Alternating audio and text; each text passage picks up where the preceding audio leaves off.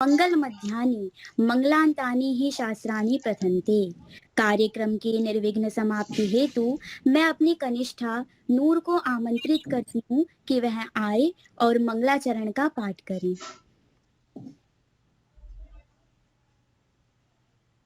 नूर।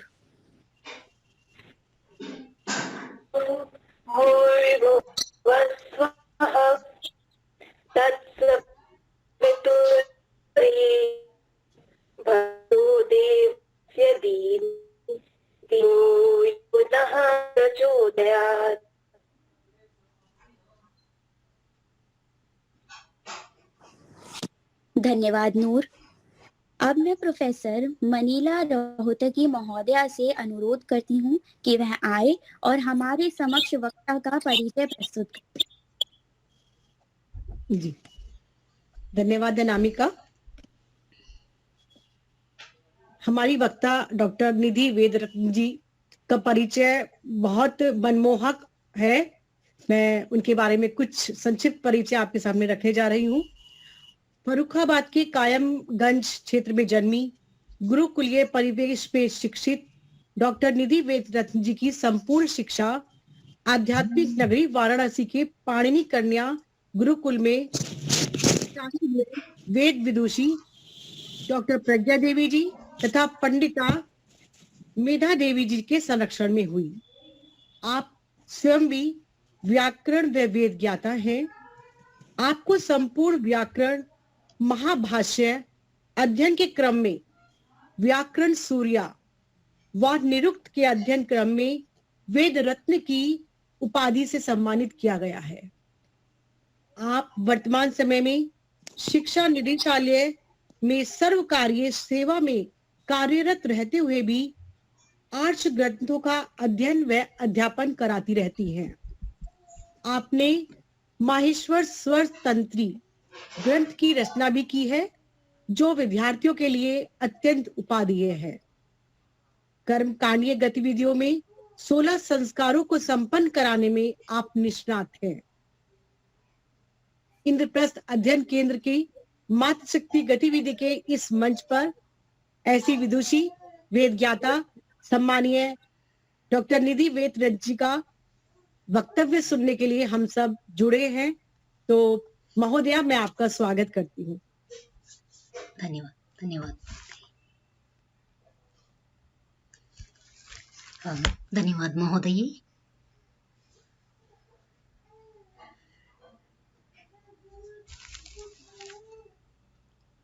आरंभ कर लें? ये अवश्य। ठीक है। ओम सहनाववतु सहनौ भुनक्तु सह वीर्यं करवावहै तेजस्विनावधीतमस्तु मा विद्विषावहै। ओम शांति शांति शांति।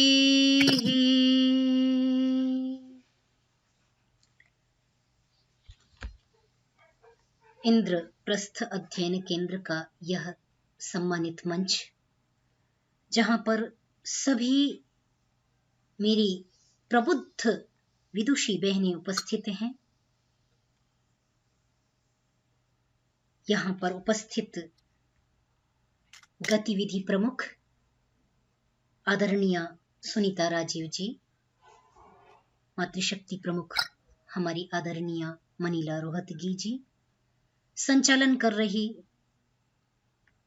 प्यारी सी हमारी अनुजा, ना क्या नाम था, अनामिका, और समस्त प्रबुद्ध विदुषी बहनें तथा विद्वत वरेण्य जो भाईजन भी यहाँ जुड़े हैं, सभी को मैं सादर प्रणाम करते हुए अपने इस वक्तव्य का आरंभ करती हूँ। वक्तव्य यद्यपि हमने पहले एक संध्या में सुना था, वह 20 अगस्त की संध्या में हमने इससे पहले भी इसकी एक कड़ी को सुना है। आज इसी की दूसरी कड़ी को हम सुनने का उपक्रम कर रहे हैं। विषय की मैं प्रवेश करूं उससे पहले मैं चाहूंगी कि आपका एक बार पुनरावलोकन आप अवश्य कर लें, जिससे कि नया आरंभ करते समय मुझे जो भूमिका है पिछली वो बनाने में थोड़ा सा समय ना लगे या आपको समझने में दिक्कत नहीं हो। तो मैं प्रयास ये कर रही हूं कि मैं पिछला जो हमने किया था उसका एक बहुत शीघ्रता से सिंहावलोकन करेंगे। जो नए साथी जुड़े हैं वो भी उसको थोड़ा सा उनकी भी विषय में प्रवेश हो जाएगा, गति हो जाएगी। तो हमारा जो पिछला जो हमने इस श्रृंखला का जो प्रथम वक्तव्य सुना था उसमें हमने वेदों में मंत्र कितने हैं यह देखा था। इन मंत्रों में गायत्री मंत्र कहां कहां पर उल्लिखित है और गायत्री को कितने नामों से जाना जाता है इसकी हमने चर्चा की थी। एक बात यहां पर और जोड़ दूं, यदि किन्हीं साथी ने पिछला सुनना हो तो पिछले की हमारी रिकॉर्डिंग थी उसको सुन सकते हैं, जिससे कि पूर्वापर का तादात्म्य बन जाएगा और आपको विषय को समझने में थोड़ी सी सरलता बन सकेगी। कहीं पर कोई आपत्ति हो तो आप मुझे रोक करके बीच में पूछ सकते हैं। तो हमने समस्त जो मंत्र साहित्य है, चूंकि मंत्र श्लोक ये अलग अलग संस्कृत साहित्य के विषय हैं। मंत्र जो होते हैं वो वेदों के मंत्र होते हैं और हम सभी ऋषि परंपरा के अनुयायी हैं। किन्हीं का माइक ऑन है, एक बार ऑफ कर लेंगे, नॉइस आ रही है बैकग्राउंड से। एक मिनट आपको रोकूं। क्या आप आज का सत्र रिकॉर्ड कर पा रही हैं? जी जी, बहुत बहुत मेहरबानी, धन्यवाद। तो मंत्र जो हम वेदों के क्रम में हम जिन ऋषियों की संतानें हैं, ऋषि परंपरा से ईश्वर की प्रणीत जो अपौरुषेय वेद ज्ञान राशि है, जो हम तक आज तक ऋषियों की कृपा से, हमारे पूर्वजों की अनुकंपा से हम तक पहुंची है, वो जो वेद राशि जिसे हम ज्ञान राशि कहते हैं उसमें मंत्र समाहित हैं। उन मंत्रों में भी गायत्री मंत्र का हम विशेष आख्यान कर रहे हैं। इस विषय के अंतर्गत हमारा विषय मंत्रों में गायत्री का वैशिष्ट्य, गायत्री क्यों विशेष है, इसको लेकर के हम आज के सत्र में चर्चा कर रहे हैं। तो ये मंत्रों के नाम हमने पहले चर्चा कर ली थी कि किस कारण से गायत्री के ये विशेष नाम पड़े हैं, क्यों गायत्री कहते हैं, क्यों उसको सावित्री कहते हैं, क्यों वह वेद माता है, गुरु मंत्र महामंत्र क्यों कहते हैं। और इसके बाद हमने चर्चा की थी, आप पुनः अपने पीछे एक बार पलटने का, एक बार स्मरण करने का प्रयास करें। गायत्री के विषय में मैंने ये व्याख्या की थी कि गायत्री क्यों कहते हैं, क्योंकि जो इसका गान करता है, उच्चारण करता है, उसकी ये रक्षा करती है। तो गायत्री वह मंत्र है जो ब्रह्मा के मुख से साक्षात हमको प्राप्त हुई है, अर्थात परब्रह्म परमात्मा ने जिसका साक्षात उपदेश दिया, अर्थात चारों वेदों में जिसका उल्लेख प्राप्त होता है वह गायत्री। उसको ही नामांतर से सावित्री कहां शास्त्रों में कहा गया है। इसके उद्धरण हमने देखे थे मनुस्मृति इत्यादि ग्रंथों के, जहां पर सावित्री नाम से गायत्री को कहा गया था।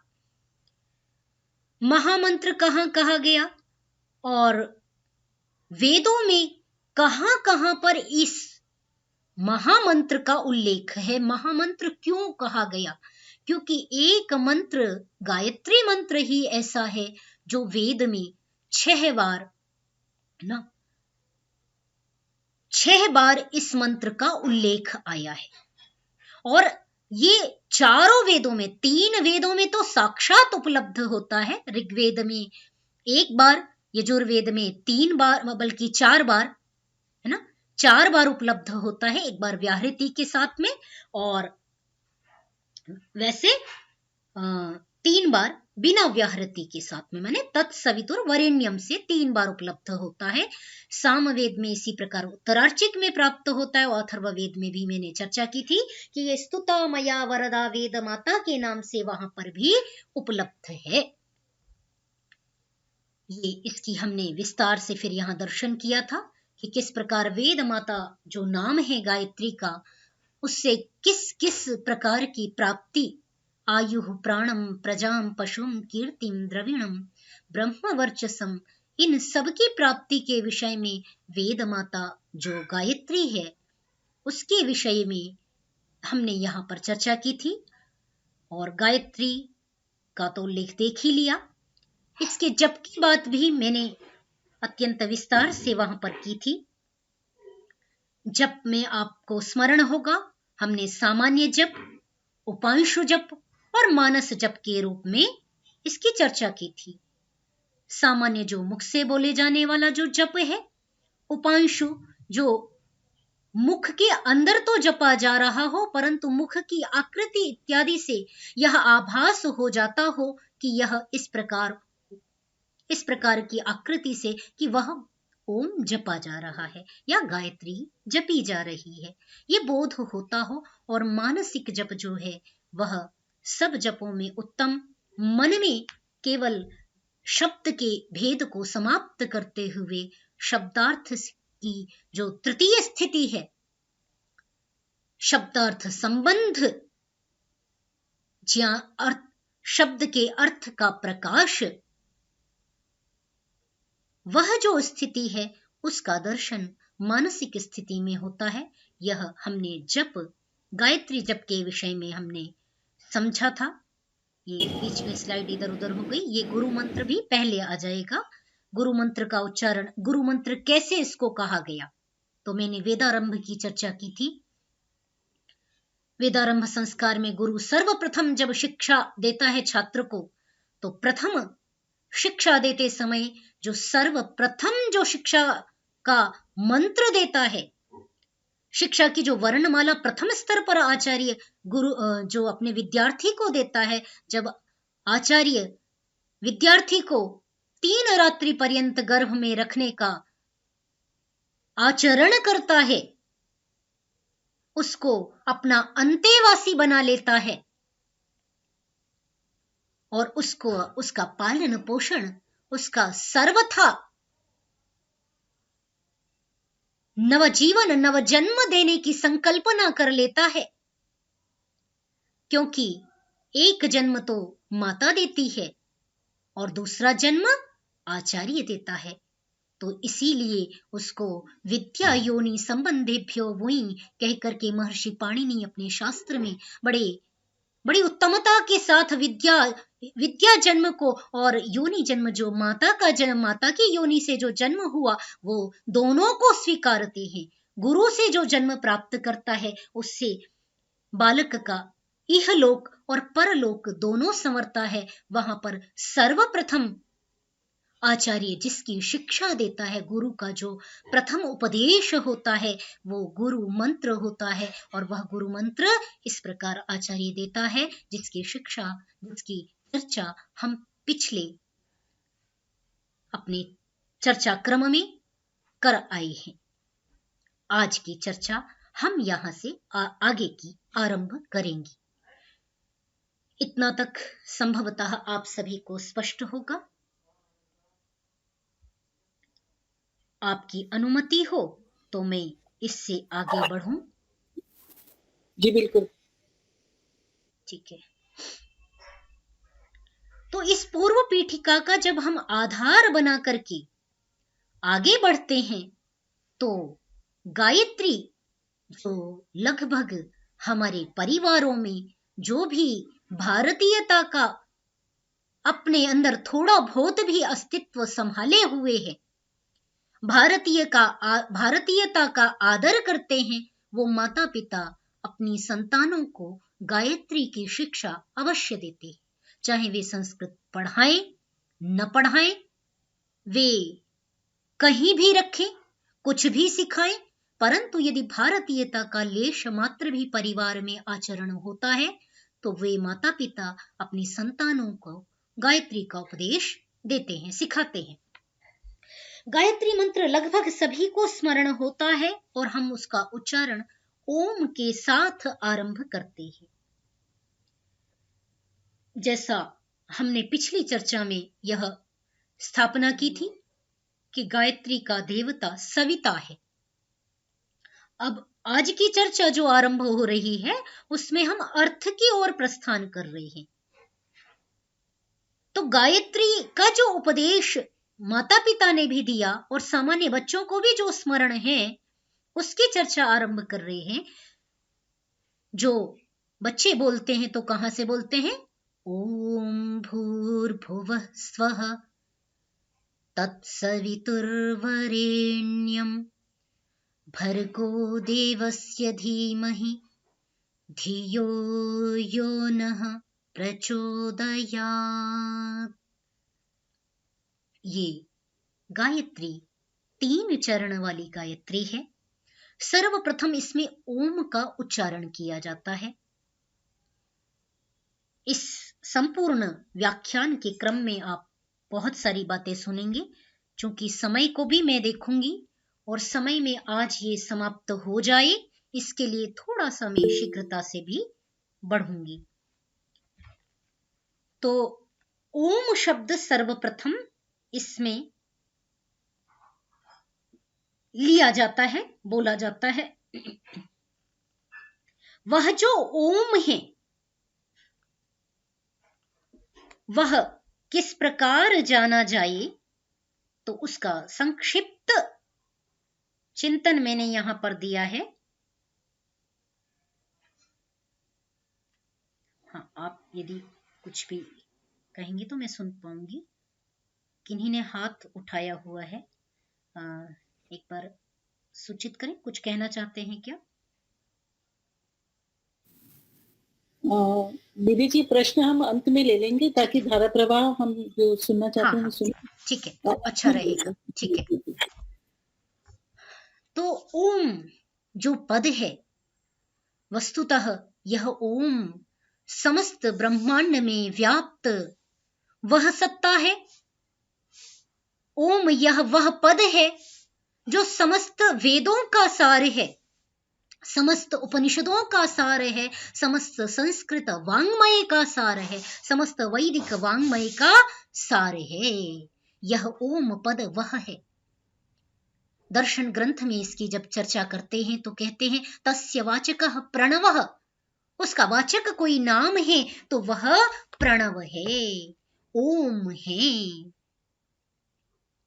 और सावित्री मंत्र से जिसकी उपासना की जा रही है, सावित्री यह साधन है। किसका? साध्य को साधने का। तो साध्य है ओम और साधन है गायत्री। गायत्री के द्वारा साध्य की प्राप्ति कैसे की जा सकती है, यह चर्चा का मुख्य बिंदु है, जिसमें सर्वप्रथम ओम पद जब हम मंत्र में पढ़ते हैं और उच्चारण करते हैं तो ओम से हम उस समय क्या चिंतन करें। ओम वह सत्ता जो समस्त ब्रह्मांड को संचालित कर रही है, वह सत्ता ओम पदवाच्य है। उसकी चर्चा शास्त्रों में अकार, उकार, मकार, ओम के अंतर्गत 3 मात्राएं हैं, अ, उ और म। तो आ में ही 3 नाम समेट लेते हैं, विराट, अग्नि, विश्व। उकार में हिरण्य गर्भ, वायु, तेजस। मकार में ईश्वर, आदित्य, प्राज्ञ, इन 3 को समेट लेते हैं। अब मैं इनकी व्याख्या अभी नहीं करूंगी, इसका प्रकरण हम कभी पृथक रूप से लेंगे, क्योंकि इसको अभी व्याख्यान करने लग गए तो लंबा हो जाएगा। इसलिए मैं केवल संक्षेप में इतना कहती हूं कि ओंकार के अंतर्गत भी जब ओम बोलेंगे तो समस्त ब्रह्मांड को संचालन करने वाली, जो उत्पत्ति करने वाली, जो पालन करने वाली और जो संहार करने वाली शक्ति है, वह ओम है, जिसको गीता में उद्गीत या ओंकार शब्द से कहा गया। उपनिषदों में सर्वत्र उद्गीत और ओम से कहा गया और उसकी ही उपासना की बात बारंबार की गई है। ओंकार क्या है? तो इसको गोपथ ब्राह्मण में कहा अध्यात्मम। आत्मा का भोजन कोई है तो वो ओंकार है। आत्म भैषज्यम, आत्मा की दवाई कोई है तो वो तो केवल और केवल भैषज्य जो है वो ओंकार है। आत्मा में जो आवरण कभी सुखी महसूस करता है कि मैं सुखी हो गया, कभी दुखी अनुभव करता है कि मैं दुखी हो गया, ये जो आवरण के कारण व्यक्ति अपने आप को उन रूपों में, तद रूपों में देखता है, वो उससे पृथक होकर के जो आत्मा का स्वयं का स्वरूप है उसमें देख सके, तो उसकी भैषज, उसकी औषधि शास्त्रकार कहते हैं गोपद ब्राह्मण में कि यह केवल और केवल ओंकार है। कैवल्य मोक्ष की प्राप्ति के लिए भी केवल और केवल ओंकार मात्र एक सामर्थ्यवान शक्ति है जो मोक्ष की सिद्धि कराता है। आगे देखें तो सर्वप्रथम इसमें जो पद आया भूः भुवः स्वः, जैसा मैंने आपको पहले दिखाया, जहां पर मैंने दिखाया आपको कि गायत्री मंत्र का वेद में कहां कहां उपदेश है, वहां तत्सवितुर्वरेण्यम से यह मंत्र आरंभ होता है।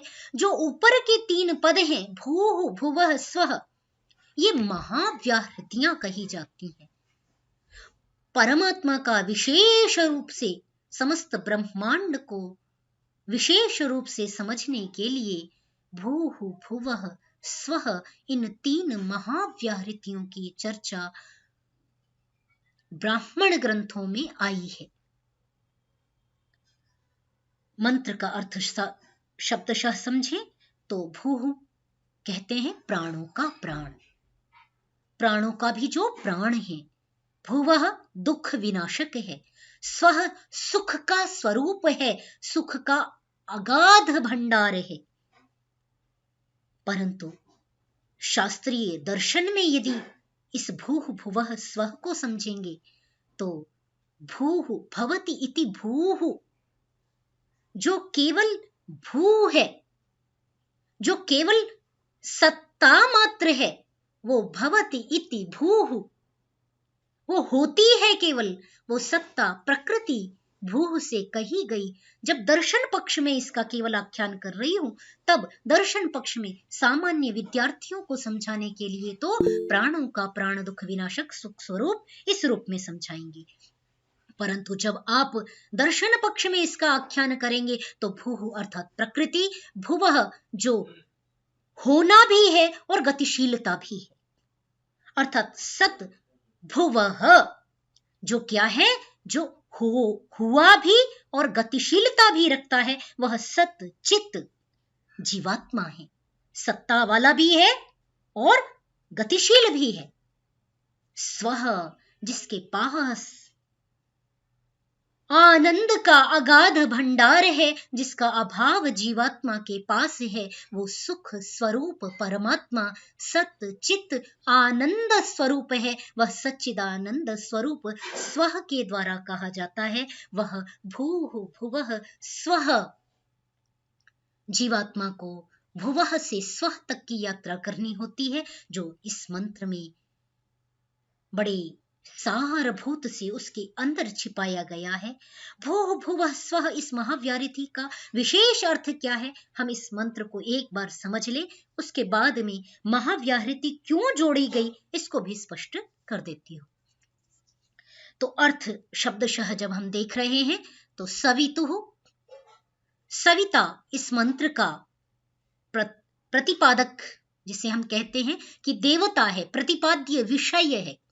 प्रत्येक मंत्र का कोई न कोई प्रतिपाद्य विषय होता है, है ना। तो प्रतिपाद्य, प्रतिपादित करने वाला जो विषय है वो बुद्धि की प्राप्ति, और जो देवता है ना, वो कौन है?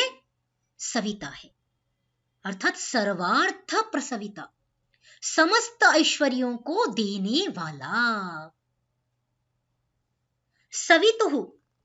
ठीक है, यहां पर आप देख रहे होंगे, यह सुनोति उत्पादयति सर्वं जगत स सविता, जो सब जगत का उत्पत्ति करता है, समस्त ऐश्वर्यों का देने वाला है। क्योंकि इसमें कौन सी धातु का प्रयोग हुआ? शु प्रसवैश्वर्ययोः। उत्पत्ति भी करता है, प्रसव भी करता है, और ऐश्वर्यों को भी देने वाला है, भग को भी देने वाला है। वह भगवान, वो परम सत्ता है। इसलिए सवितुः, सकल जगत का उत्पादयिता, सब में ऐश्वर्यों को देने वाला। सूर्य के पास ऐश्वर्य है ना, चमकता है, वो दीप्ति कोई और नहीं दे सकता, उतना सामर्थ्य कोई और देवता नहीं रखता। उसमें उस सूर्य के सामर्थ्य को भरने वाला वो सविता देवता है। ठीक है ना, उपनिषदों में शब्द आता है ना, न तत्र सूर्यो भाति न चंद्र तारकम विद्यु नेमा विद्युतो य भांति, ना कुतो यमग्निः। सब कुछ, जो कुछ भी चमक रहा है, या शक्ति संपन्न है, या ऐश्वर्य संपन्न है, तो उसके सामर्थ्य से शक्ति संपन्न है। तो सविता क्या है? उत्पादयिता भी है, और सबको ऐश्वर्यों का देने वाला भी है।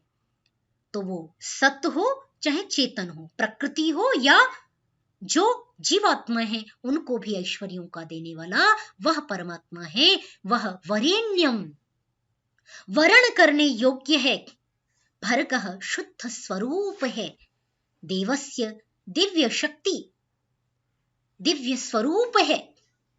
सीधा सीधा जब आप जप करते समय अर्थ देखेंगे, तो मैं सीधा सीधा कर रही हूं, आगे पीछे नहीं करना।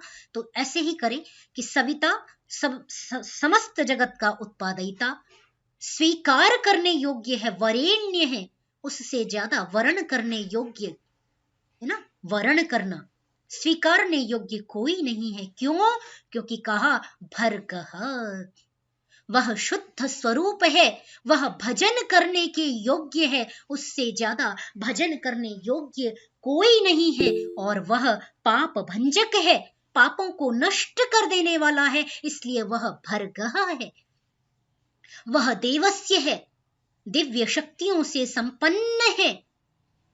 उस दिव्य स्वरूप परमात्मा की, देवस्य षष्ठी है ना, तो कैसे कहेंगे कि देवस्य धीमहि, उस वरेण्य भर्गः स्वरूप दिव्य शक्ति संपन्न परमात्मा की का मैं धीमहि ध्यान करता हूं, है ना, उसको मैं अपनी अंतरात्मा में धारण करता हूं, मैं उसका चिंतन करता हूं, मनन करता हूं।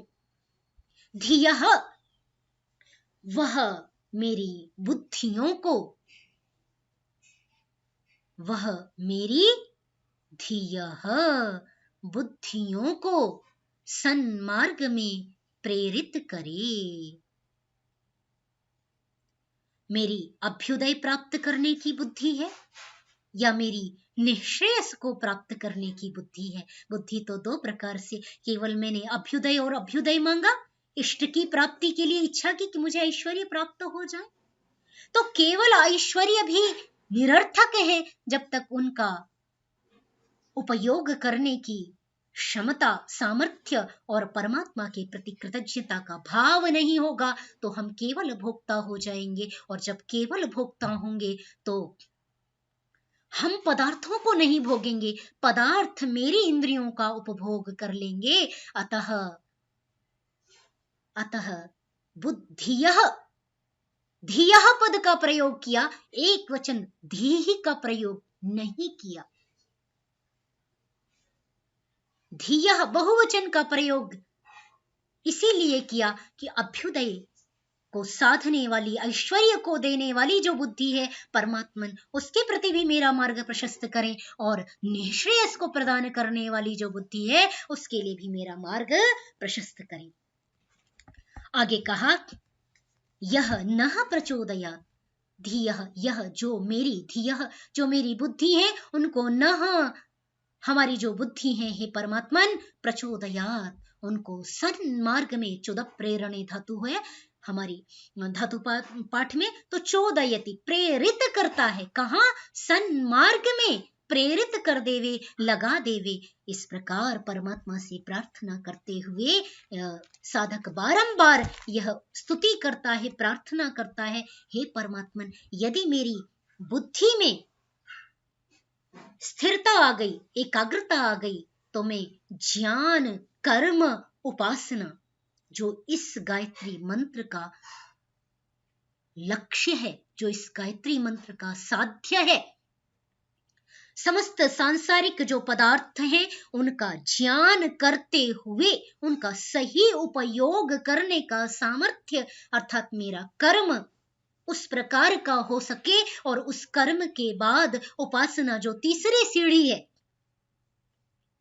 हे परमात्मन, ज्ञान पूर्वक कर्मों का उपयोग करते हुए मैं समर्पण भाव कर सकूं, आसक्त न हो जाऊं, अहम अहम मान्यता न होवे, अपितु अहम को परमात्मा के साथ अहम हो जाऊं। इस भाव को जब मैं धारण कर लूंगा तो मैं इस गायत्री के जो बुद्धि की प्रार्थना है उस लक्ष्य को प्राप्त कर लूंगा। यही प्रार्थना इस अत्यंत महत्वपूर्ण इस मंत्र में की गई है। क्योंकि समय कम है तो इसलिए मैं शीघ्रता के साथ बढ़ रही हूँ, है ना। मंत्र का अर्थ मैंने रख दिया, जैसा मनीला जी ने मुझे संकेत किया था 40 तक खत्म करना है, 50 तक शायद, है ना मनीला जी, 50 तक ना? आप 50 तक ले सकती हैं। नहीं, मुझे भूल गया आपने, हाँ 50 तक, ठीक है। तो मैं बहुत शीघ्रता से चलूंगी अर्थ के साथ। आप बस आगे जो महत्वपूर्ण विषय है, क्योंकि आचार्य तो ज्ञान का केवल एक पक्ष रखता है, आचार्य ज्ञान का केवल एक चरण देता है, विद्यार्थी को अपनी प्रतिभा से द्वितीय चरण अर्जित करना पड़ता है, और तृतीय चरण वो अपने विद्यार्थियों के सहयोग से प्राप्त करता है, चतुर्थ चरण समय अनुसार प्राप्त कर लेता है। इसलिए मैं केवल संकेत मात्र से आपको यह ज्ञान का जो मेरे पास कुछ बिंदु मैंने मंत्र मात्र केवल प्राप्त जो किए हैं अपने गुरुजनों से, वो आप तक समर्पित कर रही हूं। जो मैंने अभी चर्चा की कि गायत्री में जो महाव्याहृति है वो क्या है, और जो मैंने अंत में आपको सार गायत्री का रखा ज्ञान कर्म उपासना के माध्यम से, वो क्या है, इसको उपनिषद में थोड़ा सा इस ओर हमारा ध्यान, जब मैं उपनिषदों को पढ़ती हूं तो जाता है, जहां पर बड़ी गंभीर बात को थोड़े से शब्दों में हमें ऋषि ने कहा है। प्रजापतिर लोकान अभ्यतपत तेभ्यः अभितप्तेभ्यः त्रयी विद्याः संप्रास्रवत। मंत्रों में गायत्री विशेष कैसे है, इसकी जब हम चर्चा कर रहे हैं तो वो कैसे है, तो कहते हैं प्रजापति ने लोकों को, जब तीनों लोकों को जब अभितप्त किया अर्थात बनाया, निर्माण किया, तो उसमें से तेभ्यः अभितप्तेभ्यः त्रयी विद्याः संप्रास्रवत। जब वो समस्त वेदों को समस्त लोकों का निर्माण कर रहा था, लोकों का निर्माण किया, प्रकृति का निर्माण किया, मानव का निर्माण किया, तो उनके लिए परमात्मा ने ज्ञान का अनंत भंडार 4 वेदों के माध्यम से, त्रयी विद्याओं के माध्यम से परमात्मा ने लोकों का सार, मैं बड़ी बात कह रही हूं, बड़ी बात की ओर इशारा करना चाह रही हूं, तीनों लोकों का सार अर्थात ज्ञान, जो आज के वैज्ञानिक ढूंढ रहे हैं कि परमात्मा के देवलोक में कहां पर क्या रखा हुआ है ना। तो वो ज्ञान जब परमात्मा ने तीनों लोकों को बनाया, उनकी रचना की, उनकी सर्जना के साथ साथ उनका रहस्य, उसकी कुंजी त्रयी विद्या में समेट करके रख दी। तो 3 विद्या जो मैंने अभी पहले आपसे चर्चा की, ज्ञान कर्म उपासना की थोड़ा सा उसको ध्यान देंगे तो ये बात समझ में आ जाएगी। तो 3 विद्याओं के रूप में उसको समेट दिया, निचोड़ दिया। ताम अभ्यतपत, और जब उस त्रयी विद्या को भी, जो चारों वेदों में फैली हुई थी ना, हर व्यक्ति इतना सारा चारों वेदों में निष्णात तो हो नहीं सकता, तो ऋषि बड़ी सारभूत अमृतभूत वाणी में कहते हैं कि उस तपे हुए त्रयी विद्या में से भी ताम अभ्यतपत्तस्याः अभितप्तायाः एतानि अक्षराणि संप्रास्रवन्त, उस त्रयी विद्या को भी जब तपाया, उसका भी चारों का जो सारांश था, चारों वेदों का त्रयी विद्या का जो सारांश था, वो इस महाव्याहृति के अंदर भर दिया। ठीक है, मेरी बात समझ पाए? भूः भुवः स्वः, तो महामंत्र के प्रारंभ में जिस महाव्याहृति का हमने अर्थ प्रयोग किया, जिस भूः भुवः स्वः का उच्चारण किया, वो क्या है? तीनों वेदों का त्रयी विद्या का सार है, जिसका गायत्री मंत्र के महामंत्र के आरंभ में जोड़ करके उसके महत्व को शतगुणित न कहूं, उसके शब्द ही नहीं असंख्यात उसके महत्व को कर दिया जाता है। ठीक है, तो वो है महाव्याहृति का महत्व। और यज्ञ के विषय में यदि हमने चर्चा की थी, पहले भी मैंने चर्चा की थी, ये गीता का श्लोक है, ओम इत्येकाक्षरं ब्रह्म व्याहरन् माम अनुस्मरन् यः प्रयाति त्यजन् देहं स याति परमां गतिम्। ओम, ये एक अक्षर को कपड़े पहन ले, चप्पल पहन ले, स्मरण करता हुआ। किन्हीं का माइक ऑन है, कृपया अपनी माइक को म्यूट कीजिए। अपनी माइक्स को म्यूट करें बाकी लोग। बहुत बहुत धन्यवाद। जो ऑनर है वो कृपया म्यूट कर दिया करे तो दिक्कत नहीं होगी। जिन्होंने मीटिंग को होस्ट किया हुआ है, नीरू जी, मीटिंग होस्ट किया हुआ, वो स्वयं उनके 3 डॉट पर जाकर के उनको म्यूट कर दीजिए।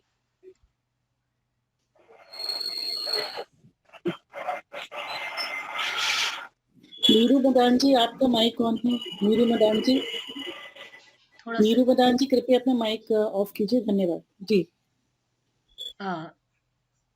तो जिस ओम इत्येकाक्षरम ओम जिसकी चर्चा हमने पहले की, उसका ही गीता बार बार स्मरण करने का आदेश देती है।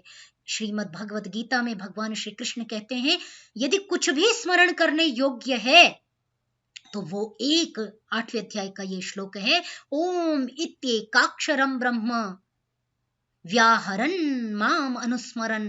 अरे, मेरे चरित्र को देखना है, जिसका मैंने बारंबार स्मरण किया है, जिसका मैंने प्रातः सायं अहर्निश स्मरण किया है, वो एकमात्र पद ओम है। उसको ये ध्यान करते हुए जो देह को त्यागता है, वो परम गति को प्राप्त करता है। और इसी के संदर्भ में ये जो ओंकार पूर्विकास्तिस्रः महाव्रतयः अव्ययाः त्रिपदा चैव सावित्री विजेयम ब्राह्मणः मुखम, और कहा ब्राह्मण के मुख में सर्वदा, जो कोई भी ब्राह्मण वह है जो वेद विद्या को कहने वाला है, वो कोई भी शिक्षक हो, वो कोई भी विद्यार्थी हो, वे सभी, इसमें कोई कास्ट का, जाति का कोई भी शास्त्र भेद नहीं करते। वो उसका पृथक विषय है, वो फिर चर्चा करूंगी।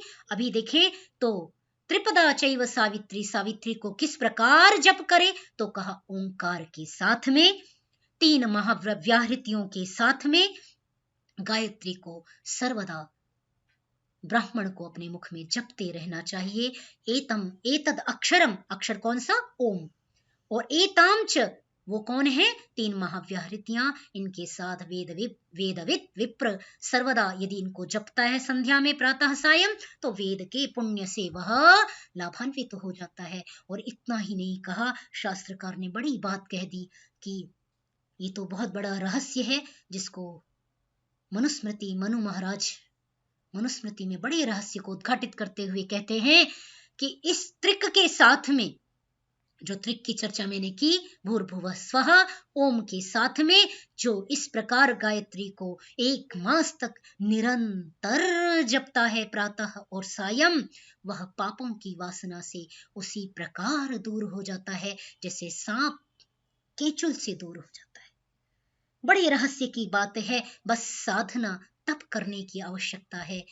इतना कर लिया तो प्राप्ति, जो हमारी इच्छा है, जो अभीष्ट है, वो सिद्ध कर सकते हैं।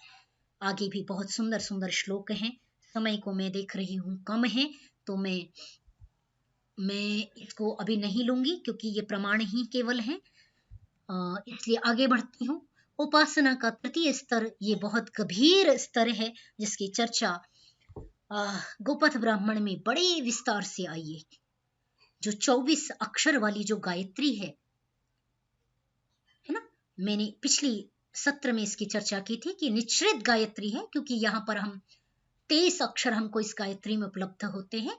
गायत्री छंद निश्रित और भुरिक 2 प्रकार के भेद से उपलब्ध होता है वेदों में।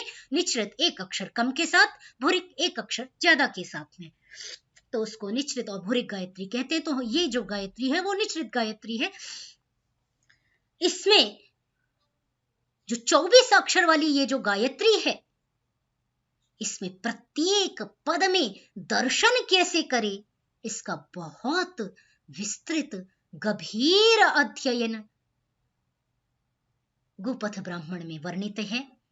आपके पास समय होगा तो पढ़ लीजिए, नहीं समय है तो कभी और इस विषय में चर्चा करेंगे। मन सविता है, वाणी सावित्री है, ये मिथुन है, ऐसा करके जो 24 जोड़े गिनाए हैं, आप यहाँ पर स्क्रीन पर देख पा रहे होंगे। ये 24 जोड़े हैं प्राण और अन्न का, है ना। जैसे यहाँ पर देखिए, मन और वाणी का, अग्नि और पृथ्वी का, वायु और अंतरिक्ष का, बड़ी सारी यहाँ पर व्याख्याएं हैं। माने समस्त ब्रह्मांड को कैसे समझ सकता है व्यक्ति एक मंत्र के माध्यम से, जो मैंने पहली चर्चा की, पहला आपसे निवेदन किया, ज्ञान कर्म उपासना का, वो सब इस गायत्री में किस प्रकार समाहित है, उसका विस्तृत चिंतन हमको ब्राह्मण ग्रंथों में प्राप्त होता है। आदित्य और सविता, चंद्रमा और नक्षत्र, ये एक एक अक्षर का व्याख्यान कर रहे हैं। आहाह और सविता, उष्ण और शीत, अभ्र और वर्ष, विद्युत और स्तनयित्नु, प्राण और अन्न, वेद और छंद ना, यज्ञ और दक्षिणा, ये इस प्रकार के 12 जोड़े और 24 उनके 12 जो जोड़े हैं, 24 अक्षर है ना।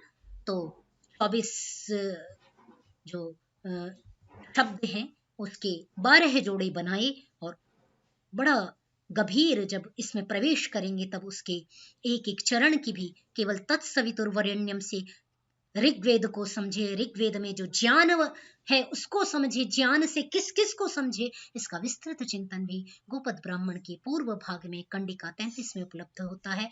गायत्री का द्वितीय चरण फिर भर्गो देवस्य धीमहि से यजुः, और यजुः से ज्ञान को कैसे समझे और ज्ञान के अनंतर अन्यान्य विषयों को कैसे समझे, इसकी चर्चा। इसी प्रकार गायत्री का जो तृतीय चरण आता है, जिसमें उपासना साधक समर्पण करता है, वो है सामवेद, उसके माध्यम से कहा गया है। अंत में 1 मिनट रह रहा है, संक्षेप में बस इसको कह करके मैं समापन की ओर बढ़ जाऊंगी।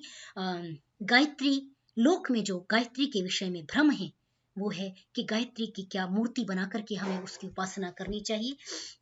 वस्तुतः गायत्री के संदर्भ में यदि इस प्रकार की जो धारणाएं हैं कि उसको साकार रूप दे देना, मैंने बहुत सारी चीजें पीछे छोड़ दी संक्षेप करने के संदर्भ में, अन्यथा फिर ये रह जाता अगले सत्र के लिए, तो इसलिए मैंने समेट दिया उसको। वहां पर जो चर्चा आई प्राण के साथ अन्न की या अन्यान्य विषय, बड़े बड़े महत्वपूर्ण विषय उसके अंदर गंभीर चिंतन है। तो गायत्री को जो मूर्ति रूपा जो हम मान रहे हैं, कोई भी मानते हैं, गायत्री साकार की हम कल्पना कब करते हैं? जब हम कहते हैं कि मेरे मन स्थिर हो जाए, एकाग्र हो जाए। उसके लिए हम बाहरी किसी साधन का सहायता लेते हैं, उसका आश्रय लेते हैं।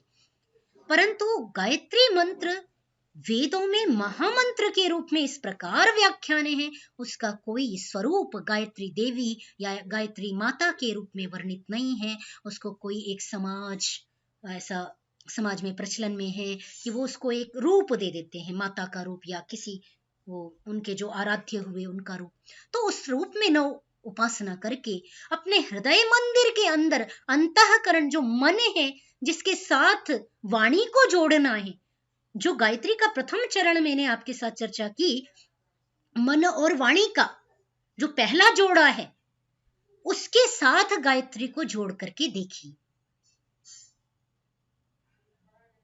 जब वाणी को मन के साथ जोड़ेंगे तो बाहर के स्वरूप की आवश्यकता नहीं, अंदर को झांकने की इच्छा होगी। जब अंदर को झांकेंगे तो एकाग्रता का स्तर, प्रकाश का स्तर निश्चय से प्राप्त होगा। गायत्री का स्त्रियों को पाठ करने का अधिकार नहीं, ऐसा भी कहते हैं, तो ये भी दोषपूर्ण है। यजुर्वेद में मंत्र आता है, यथे माम वाचम कल्याणीम आवदानी जनेभ्यः। वेद मात्र का अधिकार वेद ने स्वयं दिया, यथा इमाम कल्याणीम वाचम आवदानी जनेभ्यः। जन जन के लिए इस वेद का उपदेश परमात्मा ने प्रत्येक मानव के लिए दिया, किसी व्यक्ति विशेष के लिए नहीं दिया। ये वेद मंत्र स्वयं स्थापना करना है। तो शास्त्र का अंतः प्रमाण इस बात को कहता है कि सबके लिए वेद का उपदेश है। ब्रह्मराजन्याभ्याम शूद्राय चार्याय स्वाय चारणाय, सबकी उसमें चर्चा कर दी, कोई भी उसमें छूटता नहीं है, सब इसका पाठ कर सकते हैं। और स्त्रियां तो वेद में स्त्री ही ब्रह्मा बभूविथ कही गई, स्त्री ही तो इस यज्ञ की ब्रह्मा है, सृष्टि यज्ञ की ब्रह्मा ही स्त्री है। वो मौन रह के सब कुछ करती है, वो कहती नहीं है। इसका तात्पर्य ये नहीं है कि उसको अधिकार नहीं है। तो गायत्री को रूप न बनाएं, ईश्वर प्राप्ति का साधन है, वह साध्य नहीं, साधन है परमात्मा की प्राप्ति का। इसी के साथ आज के मैं वक्तव्य को यहीं पर सारांश करते हुए समेटती हूँ कि यह जो गायत्री है, यह परमात्मा की प्राप्ति का एक मुख्य साधन है। सभी वेदों में इसका यश गाया हुआ है और बारंबार इसमें परमात्मा की भक्ति के लिए सभी वेदों में इसकी महिमा गाई है। वेदों के सार रूप में, वेद तो आप नहीं पढ़ सकते, पर वेदों के सार रूप में किसी मंत्र को लेकर के उपासना, परमात्मा का दर्शन, परमात्मा का सानिध्य प्राप्त करने की इच्छा है, तो वह है गायत्री मंत्र, और वही इसका सभी मंत्रों में वैशिष्ट्य है। इन्हीं शब्दों के साथ ओम शम। धन्यवाद।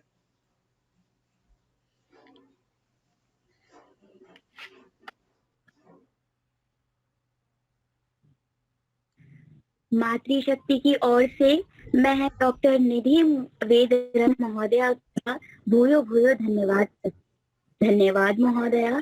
इस गंभीर विषय पर आपने प्रकाश डाला और ज्ञान की, जैसे आपने बताया कि अभिक्षा के 4 और ये चारों चरण में से एक चरण हम आपसे प्राप्त कर पाए।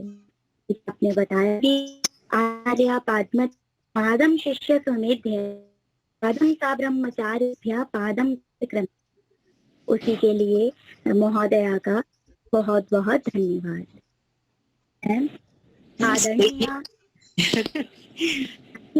आदरणीय को आमंत्रित कि वह आए हमें अपना जी आदरणीय निधि वेदवती जी का बहुत धन्यवाद देती हूँ। आपने इतना गूढ़ ज्ञान हम सबको दिया और हम सब आपके इस वक्तव्य से बहुत लाभान्वित हुए हैं। तो मेरा हृदय से आपके प्रति बहुत बहुत आभार, बहुत बहुत धन्यवाद।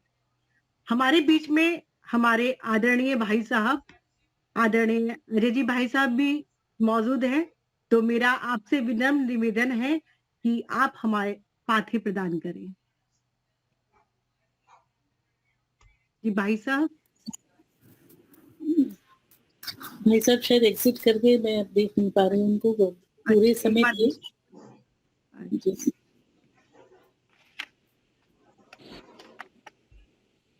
निधि जी